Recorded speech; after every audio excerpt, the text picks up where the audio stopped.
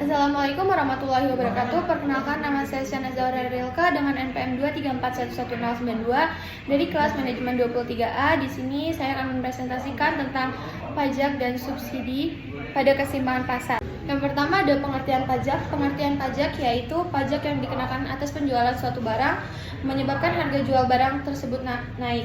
Akibatnya harga keseimbangan yang tercipta di pasar menjadi lebih tinggi daripada harga keseimbangan sebelum pajak, sedangkan jumlah keseimbangannya adalah menjadi lebih sedikit. Yang kedua adalah pengaruh pajak spesifik terhadap keseimbangan pasar. Yang pertama ada pajak spesifik, ialah pajak yang besarnya ditetapkan secara spesifikasi misalnya atau nominalnya yang dengan pas misalnya Rp3.000 atau Rp2.000 atau itu dihitung dengan per unit barang. Yang kedua adalah persamaan permintaan sebelum dan sesudah pajak adalah tetap atau ditetapkannya suatu pajak, maka nominalnya tidak akan pernah naik ataupun berkurang. Laju yang ketiga itu jika sebelum pajak persamaan penawaran. Rumus pajak sendiri terdiri dari PS sama dengan F dikali Q ditambah T atau QS ditambah F dikali P dikurang T. Keseimbangan pajak sebelum pajak tax atau PD sama dengan PS.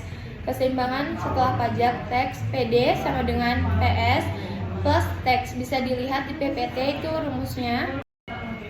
Dan selanjutnya ada pengertian subsidi. Seperti yang telah kita ketahui, dengan adanya subsidi yang diberikan pemerintah kepada masyarakat akan menyebabkan ongkos produksi yang dikeluarkan oleh produsen menjadi lebih rendah daripada ongkos produksi. Lalu dikeluarkan oleh sebelum adanya atau tanpa adanya subsidi. Menurut Dhani Iskandar DKK, pengertian subsidi adalah bantuan yang disalurkan ke pemerintah kepada produsen sehingga harga yang ditawarkan disesuai dengan keinginan pemerintah dengan harga lebih murah daripada harga sebelumnya. Itu pengertian subsidi. Terus dengan adanya subsidi yang bersifat spesifik atau suatu barang, maka kurva penawaran akan bergeser sejajar ke bawah dengan pangkalan yang lebih kecil atau rendah dari sumbu harga, sedangkan grafik fungsi permintaan tidak terpengaruh terhadap adanya subsidi. Jadi bisa disimpulkan subsidi adalah harga yang dikeluarkan oleh pemerintah untuk produsen dengan harga yang lebih rendah sebelum harga ketetapan. Bisa dilihat di PPT, saya menyediakan rumus dari subsidi dan kurvanya, yaitu fungsi penawaran sebelum subsidi adalah P sama dengan F dikali Q.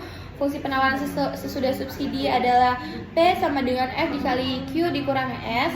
Besaran subsidi yang diberikan oleh pemerintah adalah S sama dengan SQ, di mana S adalah jumlah subsidi, Q adalah jumlah produk setelah subsidi, dan S adalah subsidi per unit produk. Atau PS sama dengan F dikali Q dikurang S, atau PS sama dengan F P ditambah S. Di sini saya memberikan contoh soal di mana fungsi permintaan suatu produk ditunjukkan oleh P sama dengan 15 dikurang Q, dan fungsi penawaran P sama dengan 0,5 Q ditambah 3. Tetapkan produk ini pemerintah mengenakan pajak sebesar Rp3.000 per unit. Pertanyaannya, yang A, berapakah harga dan jumlah keseimbangan pasar sebelum dan sesudah kena pajak? Yang B, berapa besar pajak per unit yang ditanggung oleh konsumen? Dan yang C, berapa besar pajak per unit untuk ditanggung oleh produsen? Dan yang D adalah berapa besar penerimaan pajak total oleh pemerintah? Di sini saya akan menyelesaikan contoh soal yang saya berikan. Yang pertama adalah keseimbangan pasar sebelum dikenakan pajak. Bisa dilihat di PPT dengan rumus PD sama dengan PS. 15 dikurang Q sama dengan 0,5 ditambah 3. Atau sama dengan lagi 15 dikurang 3 sama dengan 0,5 Q ditambah Q. Q sama dengan 8, P sama dengan 7, ME sama dengan 8,7. Keseimbangan pasar setelah pajak. Fungsi penawaran setelah pajak, P sama dengan 0,5 Q ditambah 3 ditambah 3. P sama dengan 0, Q ditambah 6. Sehingga keseimbangan pasar setelah pajak adalah PD sama dengan PST.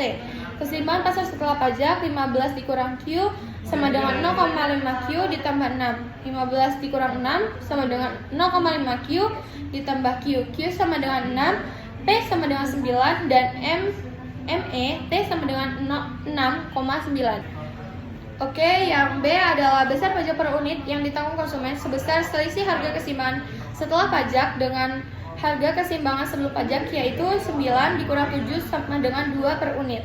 ME T sama dengan 6,9 dan ME sama dengan 8,7.